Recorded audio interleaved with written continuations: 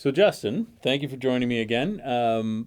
Tell me a little bit about yourself. Who are you? What are you all about? So I'm born and bred in Sudbury, technically Blizzard Valley, which is out near Hanover, for those who may or may not know the outskirts. Born and bred out there, a lot of farmland. Moved to Sudbury proper, and then from there, I'm a mechanic by trade, but I do run a shop in town, Auto Depot Performance Group on the Kingsway, and I love Sudbury. I think it's the best place to be. I think the north is a fantastic place for hunting, which is one of my major passions. Nice. I love to shoot guns. I'm also on the on the board with the Sudbury Revolver Club, and we're really into pistol shooting out there. And yeah, I'm married. My wife works at Science North. Her name is Megan Mitchell. Some people will probably recognize the name, or at least the fact that it's Science North. And she's a zoologist. She is by profession a zoologist, and she did get into bees when she was going to Guelph, and then later revisited it when Science North's bee yard was being completely unused. So a couple years before we got married, she decided, hey, can we get into beekeeping? And I was like, absolutely. And it ended up being the entire theme for our wedding. Oh, wow. I built a wooden honeycomb and decorated it. We had little jars of honey to give away. At the time, we had just started beekeeping and weren't producing honey. So one of our mentors, Otto Rost, was very nice and donated his honey from that year Wow. for us to give to our guests at the wedding. So that's what kind of kick-started the beekeeping. And then afterwards, we moved out to Wanapate, decided to have more hives out there. And yeah, we love everything about bees. We enjoy the outdoors. We're very passionate about animals, insects. My wife will always be walking down the trail with me, and she'll disappear because she saw some type of insect or lizard. Oh, wow. And I'm always just intrigued about the birds and the bees. Well, that's awesome. Well, I really appreciate you being here, and let's get into it. All right, thank you for joining us. Welcome to We Love the North. This is our podcast. I am joined this evening with my guest, Justin Gervais. He is the vice president of our local bee club, the Sudbury District Beekeepers Association. And we are here tonight to talk about bees. And why don't we start with why are we here talking about bees? What makes bees so important? Bees are important, obviously, for the environment, for pollination.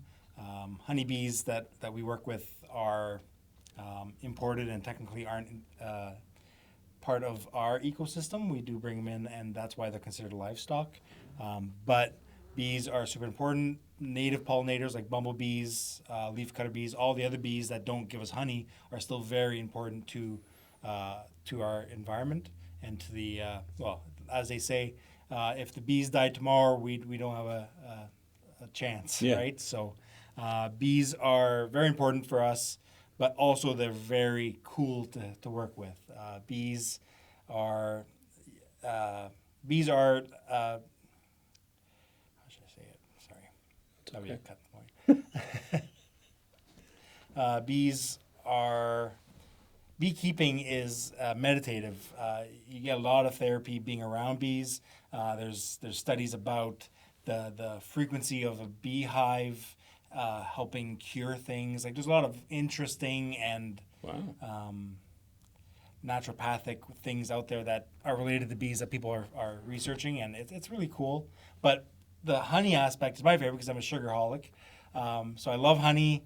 I love maple syrup, and the fact that I can have an insect in my backyard that is making that sugar for me is kind of a cool perk. Obviously. Yeah. Now, you had mentioned, we'll circle back to that honey in a minute. You had mentioned the other bee species that are here. Do the honeybees compete with those other species, or do they intermingle, coexist peacefully? Like, is there any harm to them being here? They coexist really well. Native pollinators have their own way of existing. They go through winter a different way than honeybees do. If honeybees go away from your personal hive and go off into nature, they don't usually survive due to our winters. Right. So one thing that happens with bees is when a hive gets too populated or too stressed, the queen that's currently overseeing the entire hive will take half the bees and will just leave. Really? And this is a really cool phenomenon because if you're near a beehive when it's swarming, you're essentially seeing a tornado of bees just cycling up out of the hive because they're doing a practice run and they're all kind of preparing to go. Wow. And then when they're ready, they take off and you'd see just a cloud of bees off in the distance.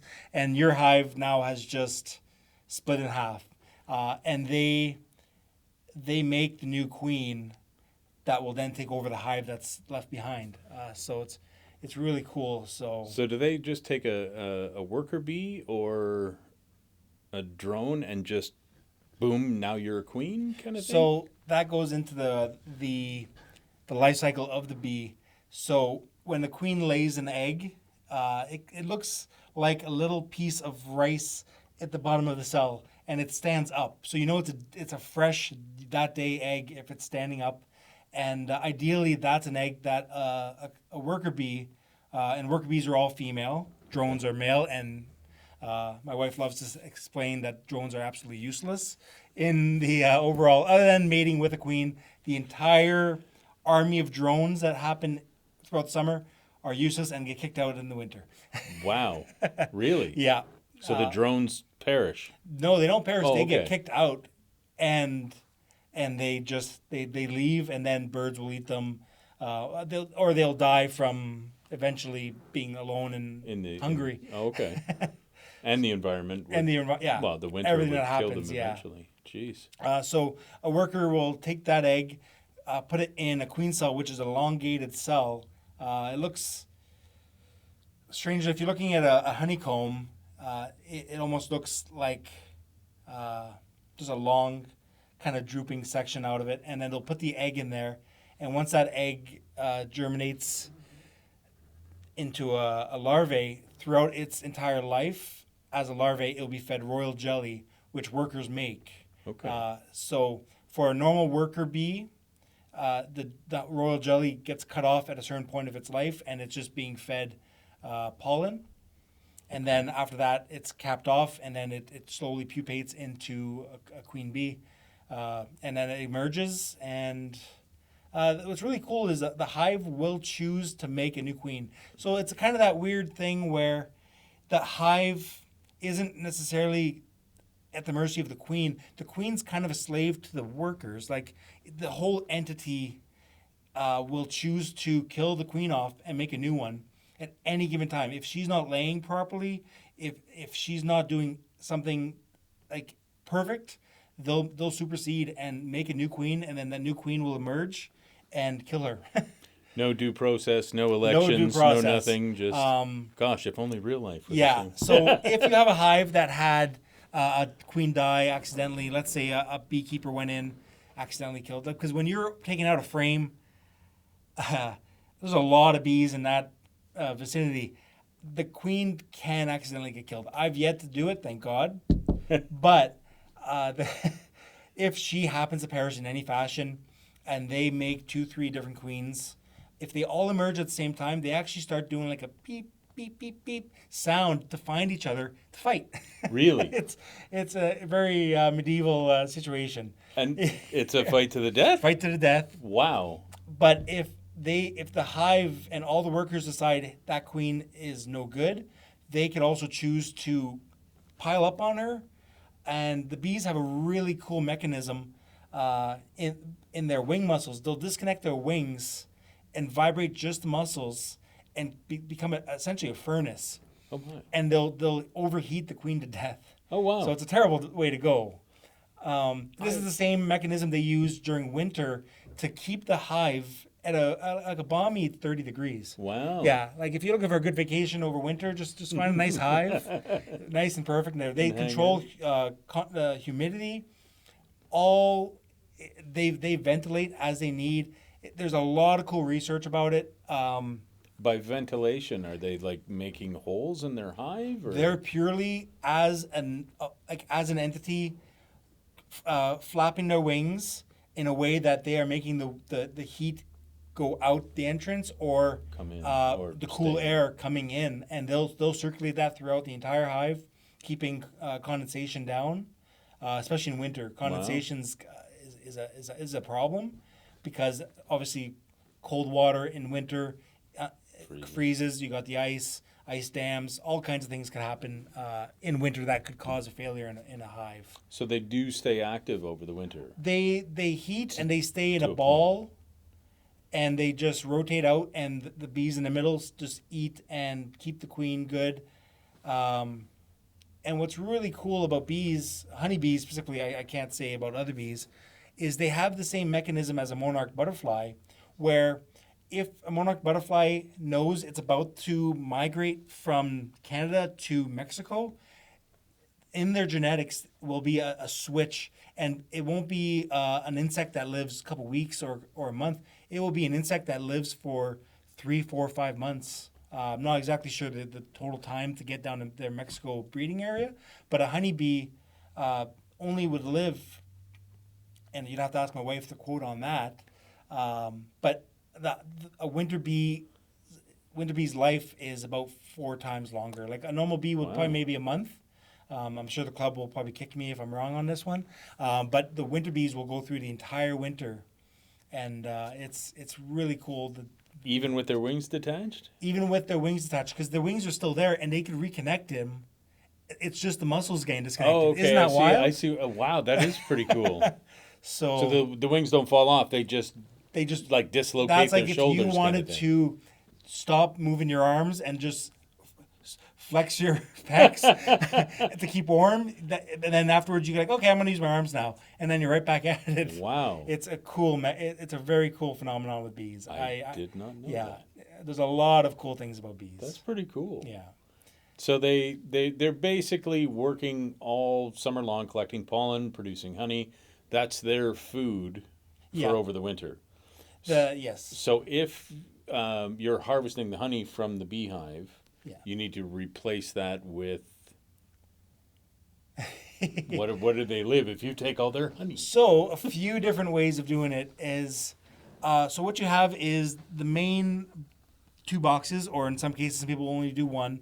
It's a deep brood box, and in there the queen's laying usually a nice patch. So if you imagine a frame of a honey frame that you pull out, the inside should be a nice patch of brood, which is the larvae, the capped brood, which is like they've closed off that cell, and the bee's now pupating and is turning into a bee inside. Okay. But on the edges usually is where you'll see a lot of their honey. Okay. And then you'll have a couple spots of the pollens, and a pollen patch actually looks very similar to my shirt.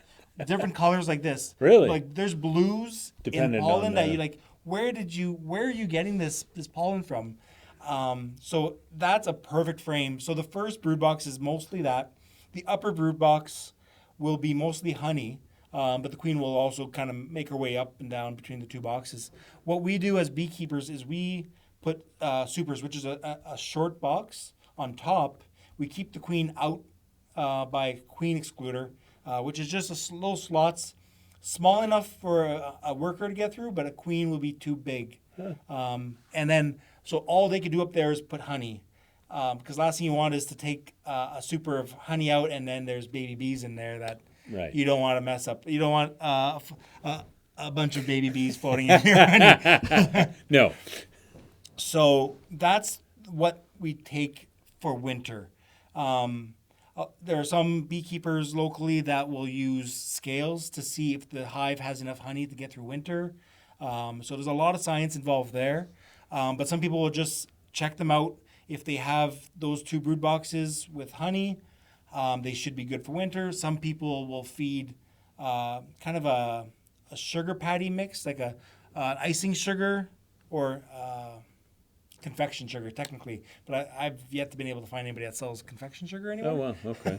But it's a water sugar mixture, and they'll put that at the top, and the bees will be able to substitute some of the if they run out of honey, that sugar at the top. My wife and I do an interesting setup where we would put a third brood box that's empty right on top, insulate it with foam, put a jar right in the middle because at the top cover there is a hole down into the hive.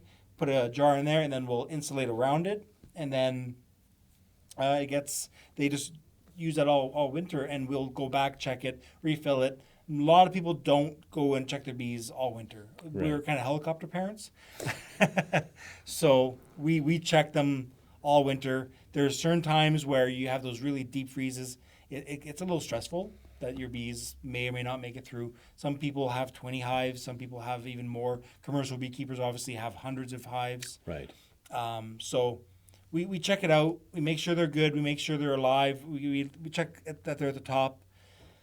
But bees have a bad habit of they will stay at the bottom and eat their way up through the brood boxes. But once they get to the top, they stop. They will be up there and will starve while the rest of the hive still has honey in the frames. We're not too sure why this happens. Wow. That's why a feeder at the top for us has worked out to keep them alive. Oh, cool. But it is a very new process that we're trying. Like every beekeeper has a different experiment on the go. Or you'll ask 10 beekeepers, you'll get 12 different answers for a question. But you and your wife, you manage the bees at Science North as well. So my wife manages the entire yard at Science North. We have 2 personal hives there, which is where we initially started our beekeeping journey. Okay. But we did start keeping 2 hives at home as well. Nice. And that's where it gets tricky. You have to be nice with your neighbors. My best advice to anybody who wants bees at home is be very open with your neighbors, ask ahead of time, and then bribe them with honey. That works. Let them know that, hey, if I have bees, your garden is going to do great this year. Absolutely. Because they're great for pollination. And realistically, we could have a beehive in this room, and because they're taking off in a whole different direction, you don't even know they're there. Mm-hmm. You're more likely to step on a bee at Bell Park from a bee that's at Science North, and you're how far away than to get stung in my backyard. Yeah, exactly. But that kind of gets tricky because of municipality and provincial laws involved around bees. And that's what prohibiting people from being able to keep bees. So that's preventing residential people to have bees if they don't have the space to have them, because bees are considered livestock. So that's kind of the same reason people aren't allowed to have chickens, which is kind of silly. I think if you're doing it responsibly, chickens, bees, I think you should be able to have whatever you want if you can sustain those animals properly. And the key thing is being a responsible owner. Yeah. And that argument has been tossed around on more than just the subjects of livestock. Yeah. So there's a lot of things involved, but I mean they are so critical to the human race's survival. Yeah. That it should be a little bit easier, I think, for people to have access to these and to learn about them and to not fear them. I think a large portion of that is the stigma of, oh, I'm allergic, or, oh, I'm afraid of them. Because a honeybee, unlike a wasp can sting you as many times as it wants. A honeybee, it's a one-shot deal, correct? In mammals, yes. Okay. So, honeybees can defend their hive against other insects and sting continuously.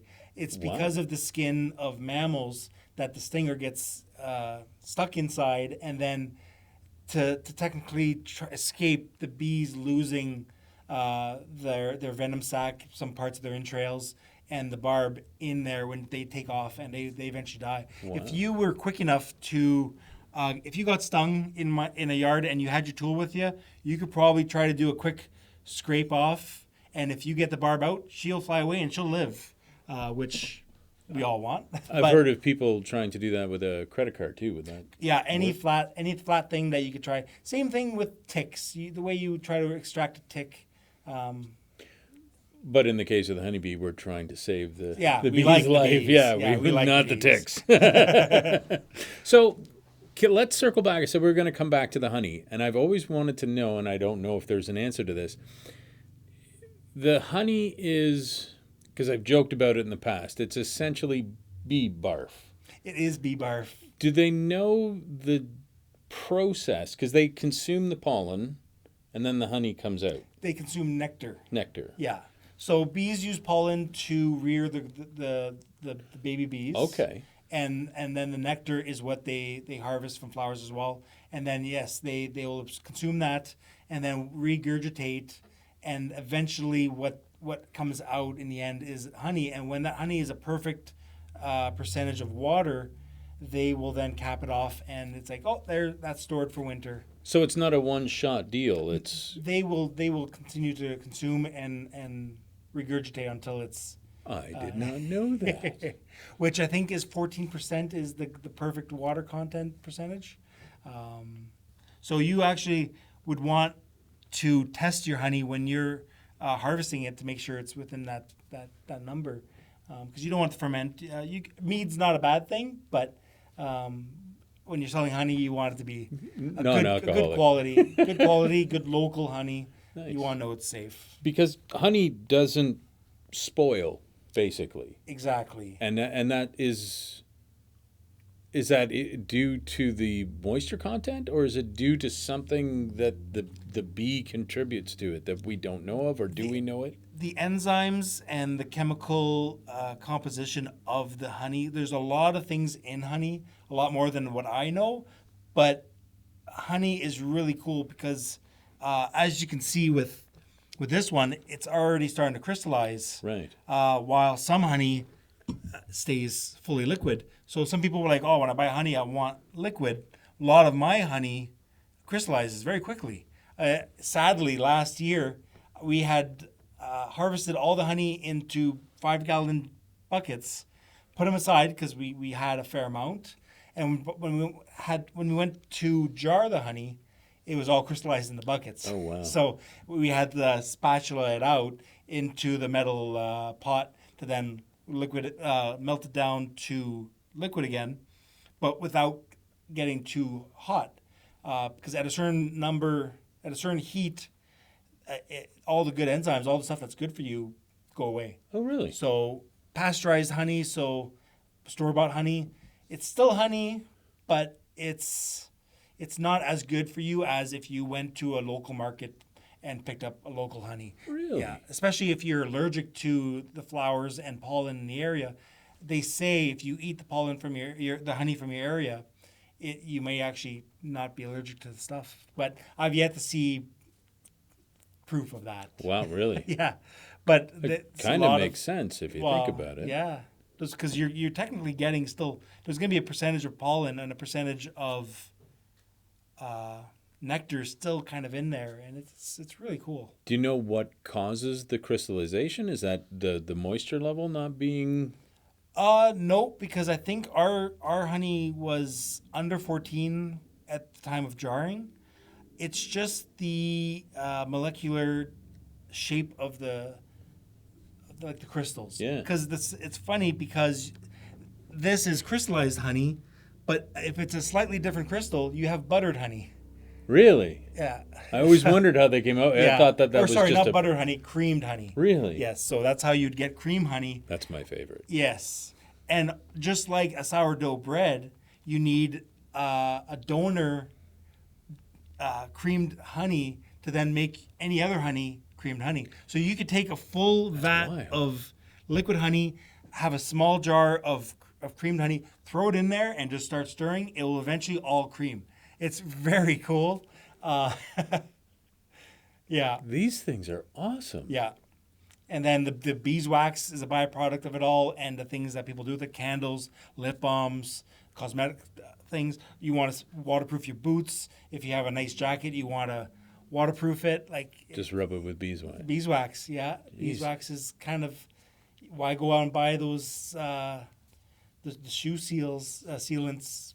This stuff is the same thing. And there's also curative properties too. The royal jelly or the other substance that they produce. So royal jelly, I'm not too sure how beekeepers harvest it because again, if the bee is creating that jelly purely for a very young larva or queen larvae, it's I don't know how they're going in there and getting it with a little toothpick, but for the amount that they sell, they must. That's why it's so expensive.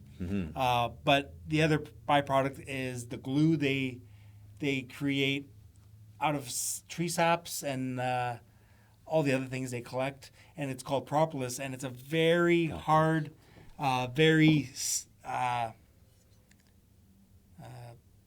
durable product. Like that, our tools get covered in it, and it's actually very hard to get off. But there's healing properties to it. People make tinctures, and it's for cuts, all kinds of stuff. Some people will take droplets of the propolis tinctures in their mouth.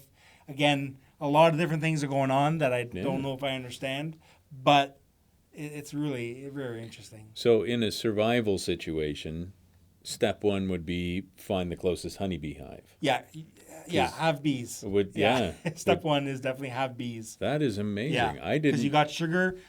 If you're in a real pinch, those baby larvae are full of protein. That's actually what the bear goes and eats. The larva. He doesn't want the honey. Really? It's all the baby bees. Jeez. The honey's just a good byproduct for him. Wow. Yeah. So that's why you'll have Helps trouble the with medicine go bears. down. Yeah. So that's why we need electric fences to keep the bears out, raccoons. We don't have possums here as much, but any type of Predator. predator, they'll go in there and be a problem for the bees. Jeez. Yeah. Porcupine would probably love to chew on the wood wares. So they've really got it stacked against them. Yeah. So they collect tree sap as well? It's not just pollen? Not just pollen. They're collecting all kinds of stuff. They're going to get water. They're getting everything that they need in there. Wow. Yeah. And that's all done through their digestive system? Yeah. Because they're not carrying it back in buckets or No, anything but like their that. back legs do have what is called pollen baskets. Right. So when you see a bumblebee, usually you'll see the big kind of yellow's the prime color, but just on their back legs are just full of pollen, and sometimes the bumblebee will be also covered in it because they're so fluffy. But honeybees will have them on the back legs, and then they'll go back and they'll stack them all up in those frames, and then they'll feed them to the baby bees. So. And the honeybees that are in North America, they originate from... Technically, they're European. Okay. But there are a lot of different strains. You'll have Russian honeybees, Italians. You'll have hybrids. We've tried hygienic honeybees, which are supposed to be really good at keeping everything clean. Mites are cleaned out a lot better. Wow. Because bees have issues being here.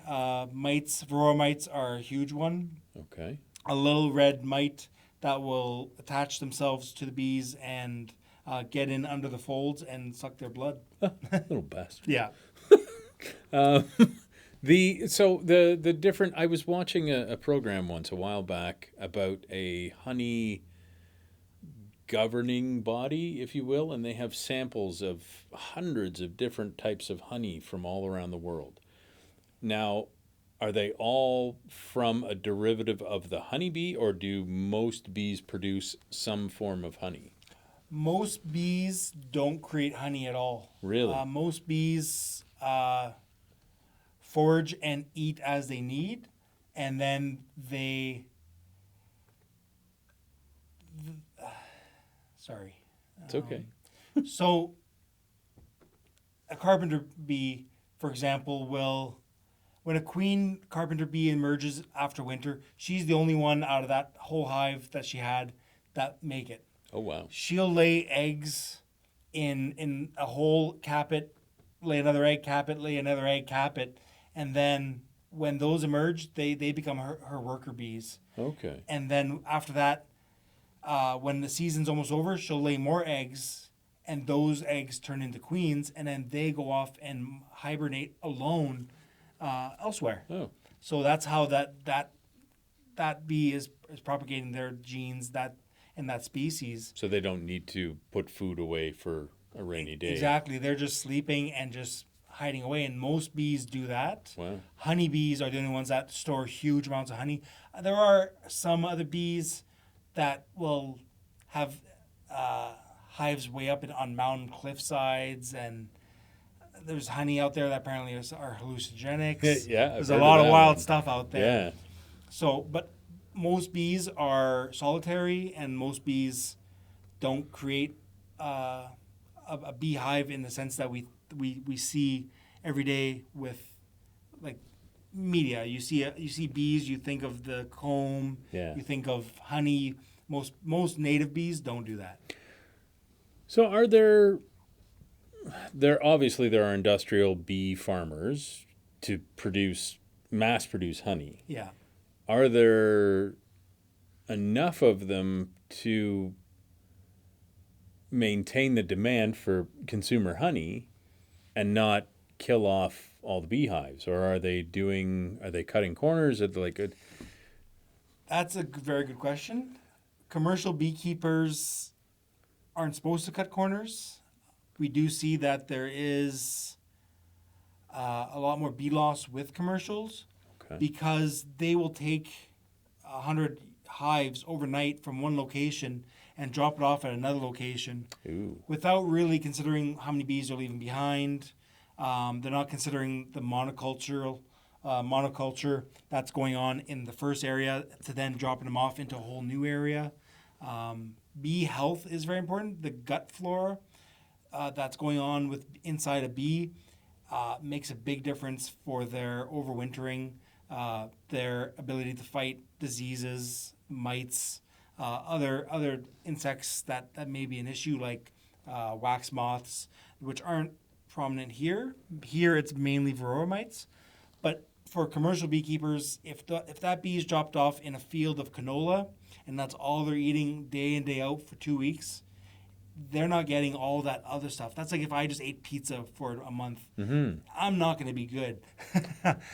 I wondered about that because I did see there was a documentary about beekeepers and bee theft and all this kind of like drama that I didn't think would exist inside for something as simple as bees. But they were people would rent out their bee colonies. So a truckload of beehives get dropped off at an apple orchard so that they can help pollinate those apples. Exactly. And then they pick them up and move them something else. And I often wondered, like, does the bee adapt instantly or not so much by the sounds of it? So that's the main reason for commercial beekeepers is renting your bees out to pollinate a farmer's field or an orchard. And I'm not even sure how many commercial beekeepers collect honey, because for them they drop off the bees and they kind of leave them, and then they come back, they grab them, and they take them somewhere else. Oh. And the bees take a lot of stress from that. I guess so. The bees can't be relocated without you losing a certain percentage of them, because the foragers, when they leave a hive, that hive is in their mind it's a beacon.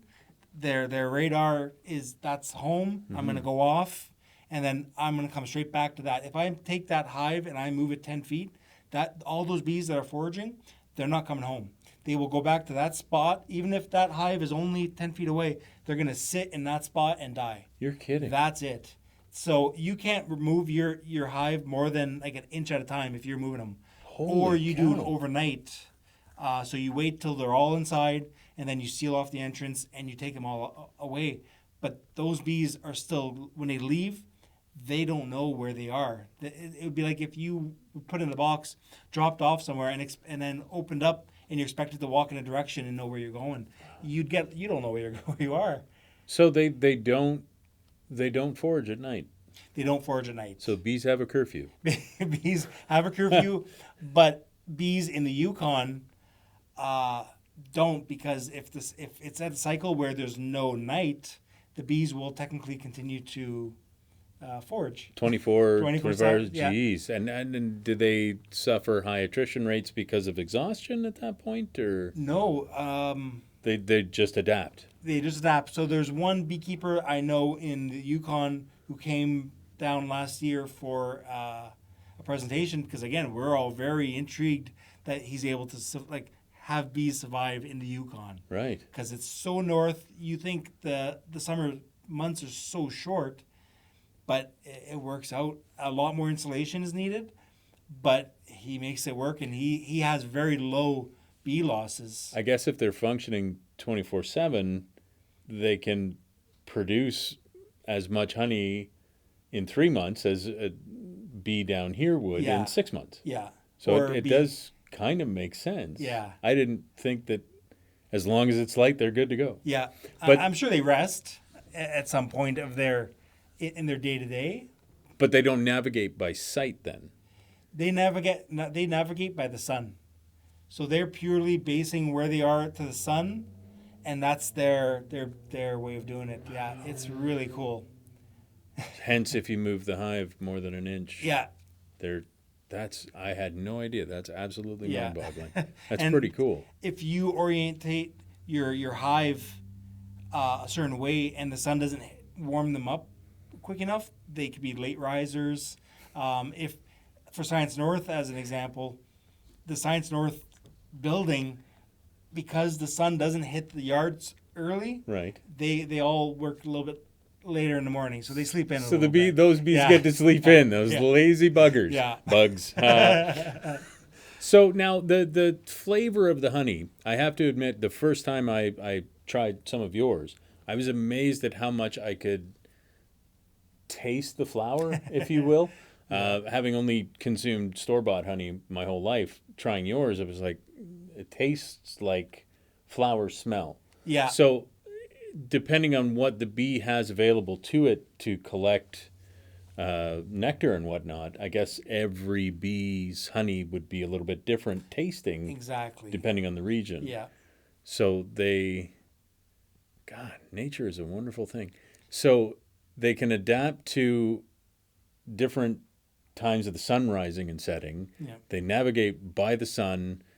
They produce a food that doesn't spoil and has curative properties and is at a very precise, like they can govern the moisture level of that honey. They're that big, and everybody calls them stupid insects. That's quite amazing. So I noticed you did bring a few props. You showed us the tool. Those gloves, I'm assuming, are for when you're working at the hive. Yes. So obviously, dealing with honeybees, you need to wear the proper protection. I started off beekeeping with just a veil, which is just a hat with a net. I wore, because bees apparently like white, they don't like black because they think you're a bear. Okay, makes sense. That's the theory. So that's why bee suits are usually all white. So I wore just a dress shirt, buttoned-up dress shirt, and painter's white pants, and it went badly for me because I made the mistake also of tucking the veil into my neck area, which then put the net right up against my skin. So a bee that I accidentally upset will beeline for me, land in a spot that could allow them to sting me, but then when they sting, they release a pheromone that makes all of the other bees mad, and they then all come at you. Oh. So I actually got stung, I think 9 times in my neck area in one visit to the hive. No. So I spent the money, bought a full bee suit, which is head to toe, and then you want to wear the nice thick gloves. You could get vented suits, which allow, obviously, if you're in a hive, in a bee yard for 2-3 hours and midday in the summer at 30 degrees, it gets hot. Mm-hmm. So they're vented kind of similar to these gloves. It's vented a little bit just to kind of air out, but they go right up to your elbow. Wow. And they protect me. But one mentor of ours from the club, he will go in with just an old school veil that ties around underneath the armpits, no gloves, and just goes in and just goes through it. Wow. And they don't sting them, except for our main hive at Science North, who are jerks. But they are super industrious. They produce tons of honey. So I'm not mad at them, but they are very bumpy. They are technically Russian, so maybe that explains a little bit of it.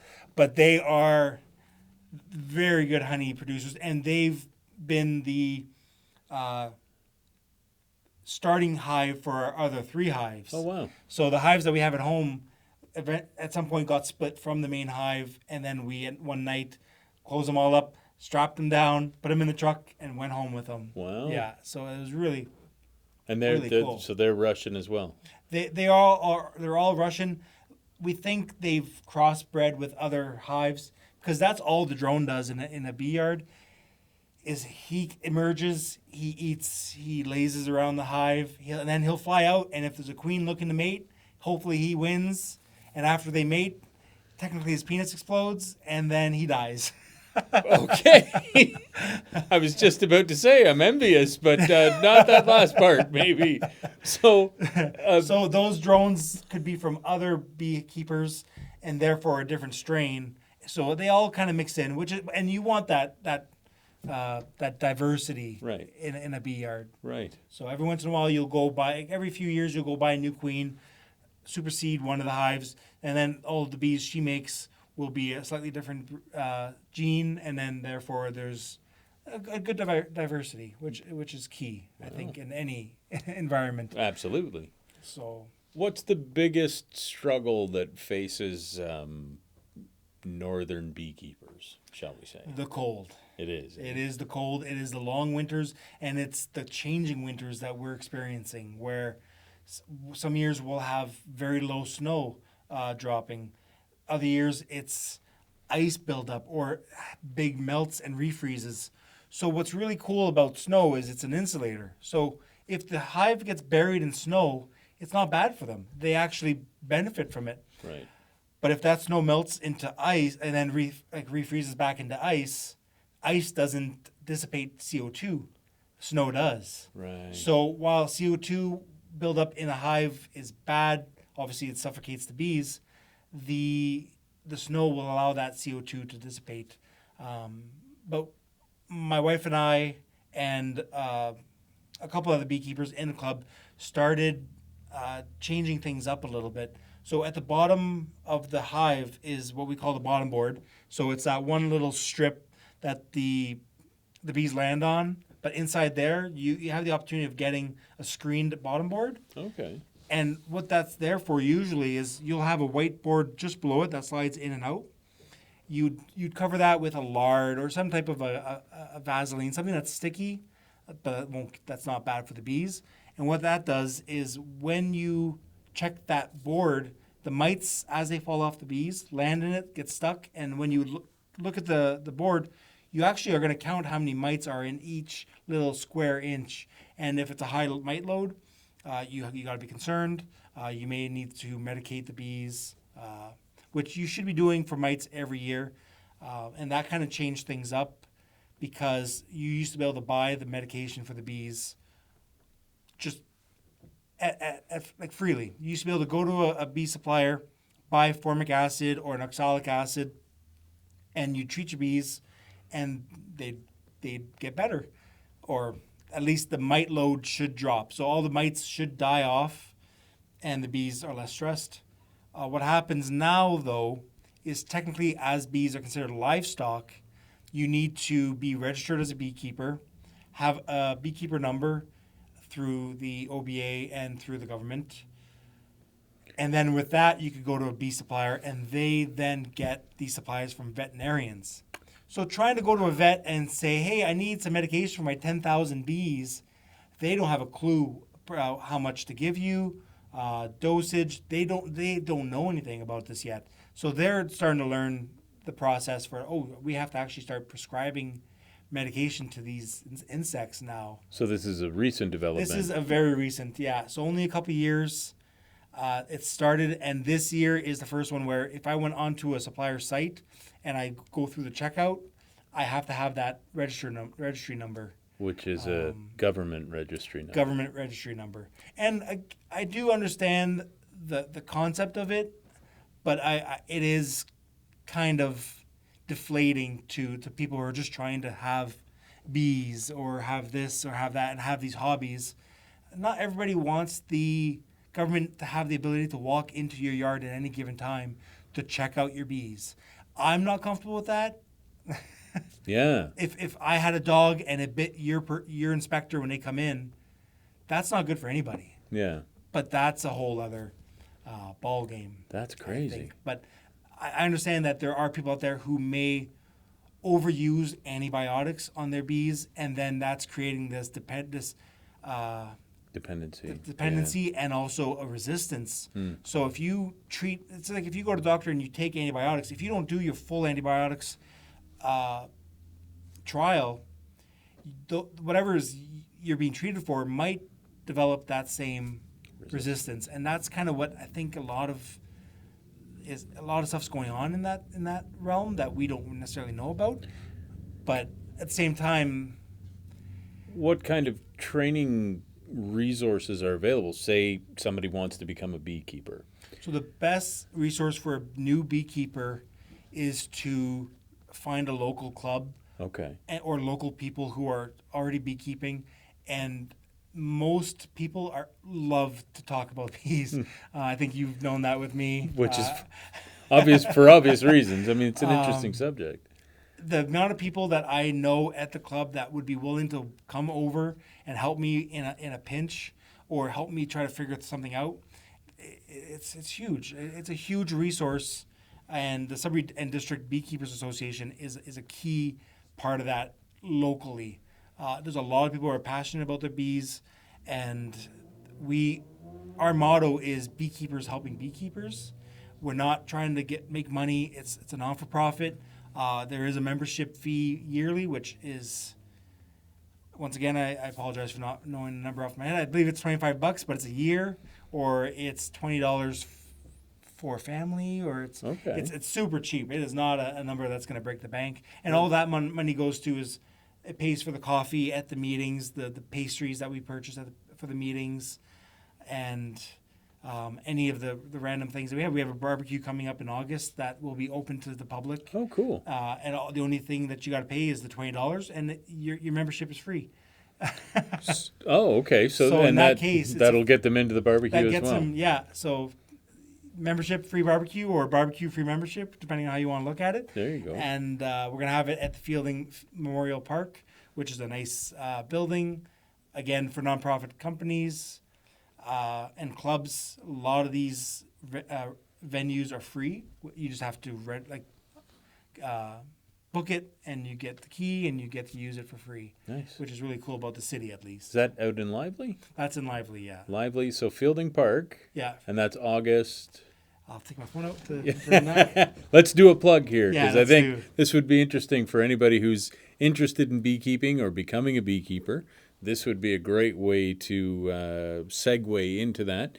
You could come out, enjoy a barbecue, meet the good people of the Bee Club, and get all the information you need. So the barbecue will be held August 17th at Fielding Memorial Park, and it's $20 to get in. It is technically a potluck, so bring some food, but there will be free burgers and hot dogs for anybody who comes, and beverages will be supplied as well. So it's going to be a really cool event.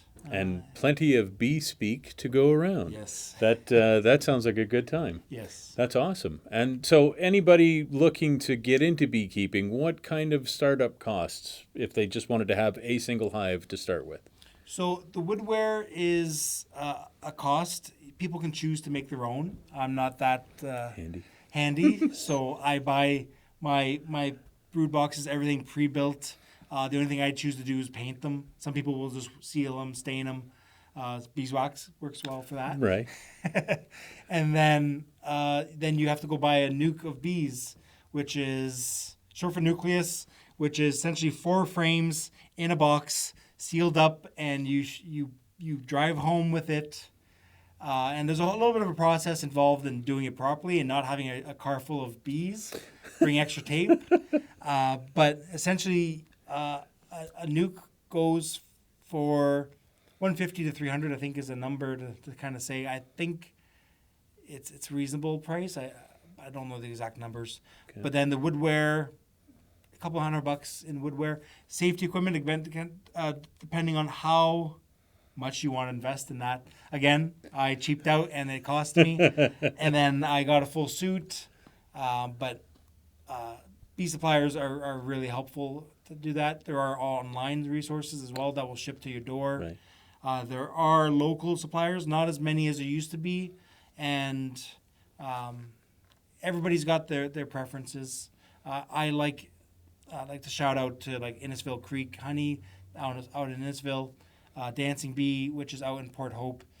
Both very good choices for your supplies. Nice.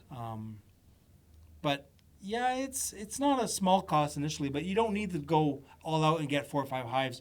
You could just get one, and if you go to the bee meetings, they will tell you all the details, all the costs, all the names of all the equipment. We'd love to do a technical presentation at the first part of the meeting, and then the after break meeting is mostly just open mic or even a very light-hearted conversation about beekeeping for beginners. Right.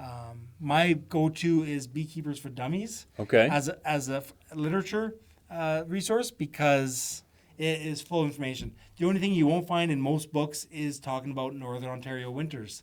So that's where you need the local kind of insight Expertise, and all those extra little tips and tricks. That's awesome. That's wild. So. Well, I think that was quite a bit of information for one day. Thank you so much for coming in. This is a very fascinating subject, and I think we'll definitely have to have you back to touch on this again, look at a different perspective, maybe talk about the winters a little bit more in depth, things to do from there. So I just want to thank Justin Gervais for joining me this evening. Thank you very much. This was a very wonderful experience. I enjoyed it immensely. My name is Mike Richardson. I'm a local author. I've written The Fall from Gase. My next book, The Rain, Go Away, will be coming out June 20th, so keep an eye out for that. Thank you very much for joining us this evening, and we hope to see you again soon.